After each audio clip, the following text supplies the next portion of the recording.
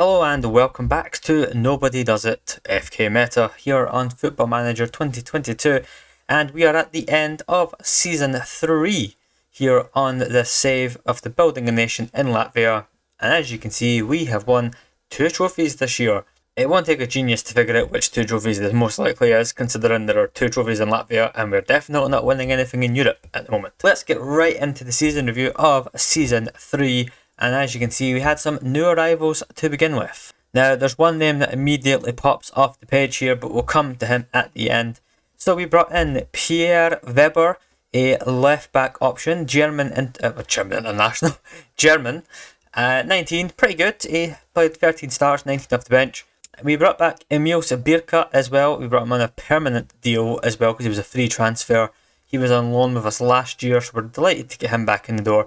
Good season overall, 6.89 of 43 appearances. Richard Ozolins, I think that's how you pronounce his name. We have brought him in. 28 starts, 3 off the bench, 6.98 rating. A decent midfield option. Not someone who's going to really feature much going forward for reasons we'll explain shortly. Santiago Zelaya got brought in as well, a right back option. He can kind of play various positions though, and he's still only 19, and he's someone who I think we could maybe change into a midfielder. We'll see how it goes with him. Panda, let me tell you all about Panda. So, Panda, who flashed upon my screen with that name, and I was like, we have to look at this guy. And then, well, as you can see, he played 31 times, 7 goals, 7 assists, 7.1 rating.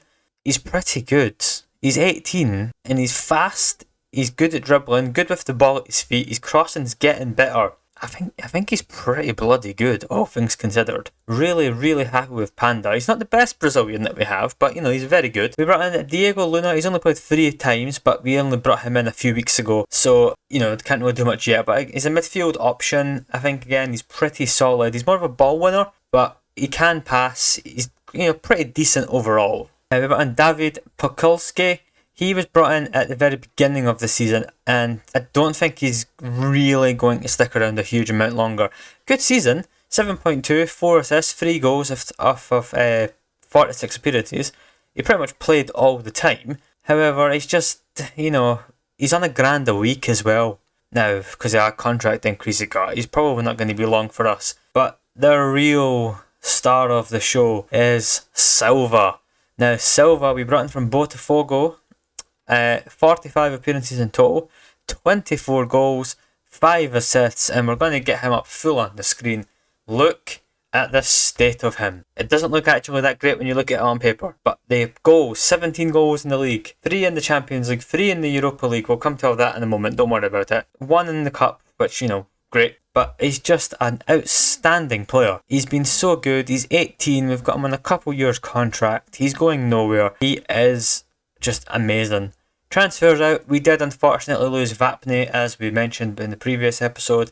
Haruna Mola has just left us as well. He didn't play as much, 13 starts, 13 off the bench, 14 goals though. A consistent goal scorer. We will really miss Haruna Mola, but he didn't want to sign a new contract with us, and there's only so much we can do about that. He actually left before our final game of the season as well, because of when the season ends in Latvia and if you're playing group stage football in Europe. Bloomers left, Miratala obviously we talked about left, still hasn't found a club yet. Could have stayed, your own loss. And lastly, we sold Christers Kudars to Ventspils for 21,500. I mean, he was never really going to play for us, so we got 21 grand out of the deal. And as you can see, we won the league again. Only by 4 points again. I have to say, Spartaks were a pain in the arse all season this year. They just would not go away. And as you can see, our biggest problem was the amount of draws. 9 draws this season.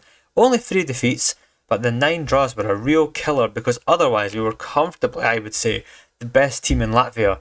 As you can see here though on the side, 1, 2, 3, 4, 5, 6 of our draws came in the first half of the season. And a bunch of them came in this 2-month stretch between April and May. Just not good enough overall. But we did manage to put on a really good run of form right near the end of the season, which took us over the line, and a couple of defeats of Spartaks also helped with that. Silva top scorer, still a pitiful home attendance, but we'll take that. And we did, in fact, win the cup, the Latvias Kos, I'm guessing that's pronounced as, the Latvian Cup, basically.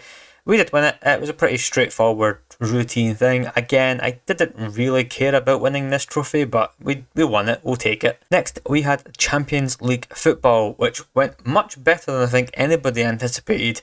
We started in the first qualifying round against Slovan Bratislava, and we went 1-0 down away over there, but we did manage to come back and win the tie 2-1 in the end. That led us to play Pyunik Yerevan of Armenia, who we beat 1-0 both legs, and then we had our first real big test, I would say. Bratislava are a decent side, but I think Vojvodina were pretty much the hardest team we had to play until that point. A 1-1 draw at home wasn't ideal. I wanted to win the home leg, but we somehow managed to pull out a 3-2 win over in Serbia. Serbia, right? And then we unfortunately did come unstuck. We got drawn against Copenhagen, and yeah, it just didn't. We were never going to beat a team like Copenhagen. We lost 3-0 away in Denmark, and we lost 5-2 at home, an 8-2 aggregate loss. But it's not bad, all things considered. If we can have another friendly draw in the qualifiers, again, getting to this stage of the Champions League qualifiers, it earned us a little bit of money, first of all, but also by getting to the Champions playoff round, we managed to drop into the Europa League, and it didn't go very well. We have to say straight away, it wasn't the best. We did get knocked out in our group. It featured Basel, Red Star Belgrade and Ferencvaros. It's not exactly the toughest group, but when you're the level that we are, it's just a step above, as seen by the fact we picked up 4 points. We inexplicably beat Basel 3-1 in the final game. Why we couldn't do that against, Belgrade at home or Ferencvaros at home, I have no idea. But we did manage to beat the best team in the group in the last game of the season, but, whatever. We'll take it. It was a nice little thing while it lasted. We finished this with 4 points, 4 goals in 6 games, 11 against. Not ideal, but we did earn some money from that. That beating Basel gave us $500,000. The moments to remember apparently were 2 4-0 wins over Smiltin and RFS, and our goal of the season was Pekalski against Basel in our last game. The finances, now as we can see here, it was a bigger story again on the finance front. We're still a 1.5 star national side, but we have earned more in sponsorship, broadcast revenue, corporate and hospitality, competition prize money, $8.5 million nearly, compared to $726,000 last year. And our matchday commercial and retail also went up. The shirt sales continuing to slowly climb, 158 this year. And once again, the 4-4-2 was the tactic of choice. We'll go over the tactic in just a moment, as you can see. And a better spread of the goals this year. There's more players obviously who scored goals, but a better spread of the goals has happened as well. As you can see, record breakers. Silva has demolished everything at this point. There's no competition awards in Latvia for some reason. I don't know if that's the database or what, and there we go. It was a great season.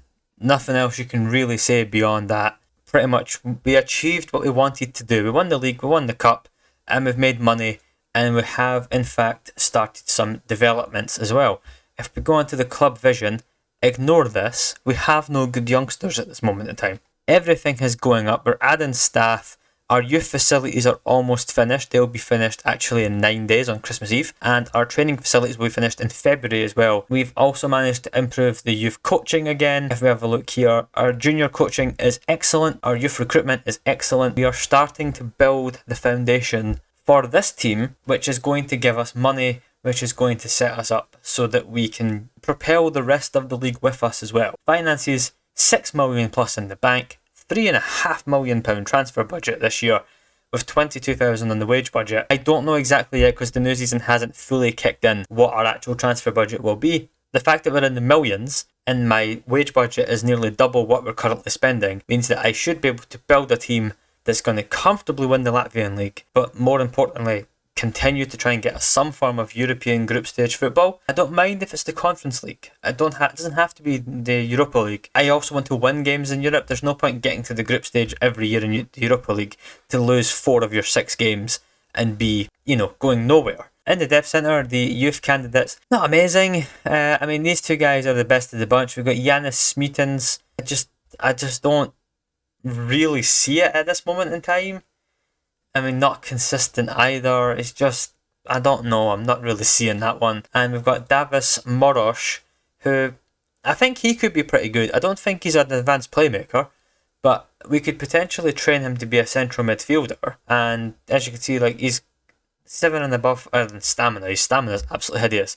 He's also got low self-belief and he's outspoken, and he's no consistency. It's not really ideal if he was the initial elite talent that we had in the intake, which I'm not thrilled about. But we're building. It's not going to be a case of immediate success. A quick run through of the results again as well. But the key things I would say are, we've won the league, the finances are in an amazing position now. We should hopefully have a few million to spend in this window, and then we can just keep building on. And the club vision is pretty much again the same. They're still not interested in us winning the league this year. In the next few years, they just want us to be mid-table. So we'll just accept that. I mean, there's no point piling the pressure on, and they only want us to reach the first qualifying round, which we automatically enter anyway. So there's no real reason to care too much about pushing that beyond what it needs to be. If we also have a look as well, I wanted to mention this. Our stats I'm really happy with too. So if we go on the team details when I can find it. Yeah, our pass completion's outstanding. 92% pass completion, 60% possession average in the game, and we're a few thousand more passes completed than anybody else in the league. I mean, it's been pretty impressive, the fact that we're keeping the ball as well as we are. Tactically, that is part of the aim. We have pushed it a little bit this year. We're on attacking rather than positive, and we're higher tempo. It's pretty much the two main changes I've made. I may eventually split this tactic in two and have like an attacking, like maybe put the wingers on attack, maybe change the second striker's position to either another advance forward, or I don't know yet, shadow striker or something, but we'll figure out a plan. And then have the European tactic, which is slightly scaled back, a bit more on the defensive side to try and solidify ourselves and get some results. But overall, I cannot complain about what's happened this year. We've been excellent. We do have a player joining us in January. We'll see him in the next video. We've got two players actually. We've got this guy who he's leaving us. I was going to say, I'm sure he was on our team, but we've got Eliseo Avramides coming in, another striker, 19 now, and I mean, he's pretty good already. He's outspoken, volatile, confrontational. It's not ideal, but he's already got 11 goals in 32 games this season for Independiente, and I just think he's a good option again, especially because we've lost Mola. So our striking options are Princeadu and Silva. Princeadu's coming along very, very well, and again, Silva's just a beast. Like, Silva's the new Muratalla. He's better than Muratalla. But that's pretty much going to do it for this episode as well. Hopefully you've been enjoying the series so far. I've really been enjoying playing the series so far. That's why I've been able to get these videos out so quickly. And ideally we can get, a good 10-15 seasons of this in before the new game comes out on November 8th. But we'll see how that goes. We'll just get to where we can. This is more just me getting into the swing of things again. I think building a nation save is the idea for FM23 when it comes out. But that's for then. This is now. We've got a player called Panda. He's brilliant. We've won the league again. We're going to keep winning the league. And we're going to hopefully build this nation into a powerhouse. Hopefully you've enjoyed. Please leave a like if you did. And thank you very much for watching. Goodbye.